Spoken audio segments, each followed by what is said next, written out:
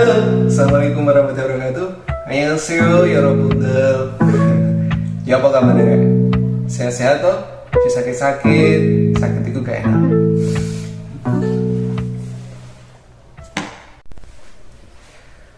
Oke, pada video kali ini saya akan cerita pengalaman saya selama 2 bulan. 2 bulan bekerja di pabrik Korea. Sekarang jam berapa ya? Ini saya sengaja ngevlog malam-malam, jam 12 malam. Sengaja saya vlog karena besok libur, jadi ada kesempatan untuk ngevlog. Selama 2 bulan kita pasti ada yang namanya konflik ya. Entah itu konflik sesama atasan, bukan sesama, antar atasan, konflik sesama rekan kerja, pastilah kita akan mengalami suatu konflik. Dan yang saya alami, saya konflik dengan rekan kerja, bukan sesama negara ya, maksudnya bukan sesama Indonesia, tapi beda negara. Dan untuk kalian jangan pernah lakukan ini, karena apa ya, sama saja dengan sia-sia gitu loh. Jadi ceritanya gini,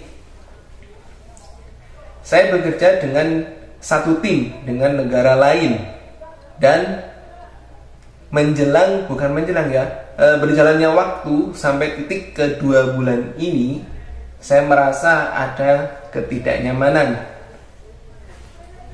Bukan tiap hari saya berarti tidak nyaman ya, ada hari-hari tertentu yang membuat saya tidak nyaman bekerja dengan tim negara lain.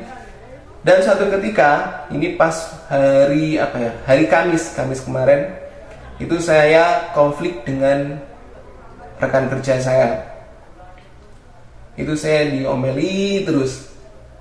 Sebenarnya itu bukan kesalahan saya, kesalahan dia, tapi berhubung dia itu senior atau sudah bekerja lebih lama, jadi untuk junior itu pasti serba salah. Makanya kalian jangan lakukan ini. Itu ketika saya dimarahi, diomeli, entah kenapa pas hari Kamis itu saya langsung lari lapor di Samusil di kantor, dan ini yang saya sesali. Seharusnya saya nggak melakukan itu.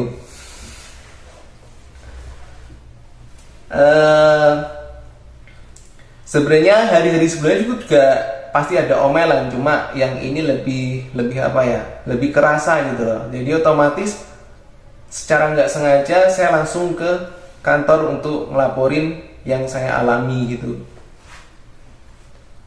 Dan saat saya lapor di kantor, itu responnya orang kantor baik-baik saja, seperti kayak merespon gitu loh. Oh ya, nanti saya bilangi, jangan seperti itu gitu. Tapi kalian tahu apa yang terjadi? Ketika saya keluar dari kantor, otomatis orang yang konflik dengan saya itu dipanggil. Ketika dipanggil, apa responnya? Ternyata bagus yang kamu lakukan. Maksudnya itu seniornya bagus memperlakukan saya seperti ini. Tujuannya itu sebenarnya bagus sih, untuk melatih mental saya. Karena awal-awal bekerja kan pasti mentalnya sedang diuji gitu. Dan akhirnya kan gak ngefek sama orang yang saya laporkan tadi kan. Padahal si Sajang waktu awal-awal itu bilang gini, kalau ada masalah dengan negara lain, bilang saja di kantor itu kan, nanti siapa tahu bisa dibantu. Ternyata enggak, ini bukan membantu, malah menyudutkan. Bukan menyudutkan sih, malah enggak ada hasil gitu loh. Malah hubungan saya dengan rekan kerja saya ini sempat renggang gitu loh pas hari itu, padahal saya satu tim. Akhirnya keesokan harinya itu saya merasa bersalah ya, kenapa saya lapor, seharusnya saya nggak usah lapor gitu. Misalkan saya nggak enak di hati atau merasa nggak nyaman, diam saja, seharusnya dipertahankan gitu kan, nggak usah bilang gitu. Tapi waktu itu refleks, entah kenapa saya lari ke kantor bilang masalah yang saya alami. Tapi kalau kita punya masalah dengan sesama rekan kerja, menurut buku yang saya pelajari itu kan di IPS Topik, itu kita memberi ambriusu. Ambriusu itu minuman ringan. Jadi keesokannya, tepat nih di keesokannya itu saya beli minuman ringan dan saya berikan ke rekan kerja saya sambil bilang, "Hyung, 죄송합니다." gitu. Untungnya dia responnya juga nggak apa-apa, no problem gitu. Tapi tetap saja ya, kalau ada hal yang tidak enak di hati untuk awal-awal pekerja migran, bekerja di luar negeri, dipendam saja dulu. Maksudnya ditahan saja dulu sampai kamu bener-bener nyaman dengan pekerjaanmu, nanti enak sendiri. Tadi saya juga sudah konseling, maksudnya sudah minta pendapat ke senior Indonesia. Dia bilang pertahankan dulu, kita nggak usah neko-neko dulu, pertahankan sampai berapa tahun gitu. 2 tahun mungkin kamu akan bisa nyaman lah. Tapi beda-beda ya. Ada teman saya itu 1 minggu 2 minggu bekerja juga nyaman-nyaman saja, karena memang sebelumnya dia pengalaman di bidang kerjanya itu. Sedangkan saya kan masih nol podol, kalau istilah Jawanya itu nol podol. Jadi masih kaku dengan pekerjaan seperti ini, apalagi ada crash dengan pekerja yang lain, jadi tambah tidak nyaman.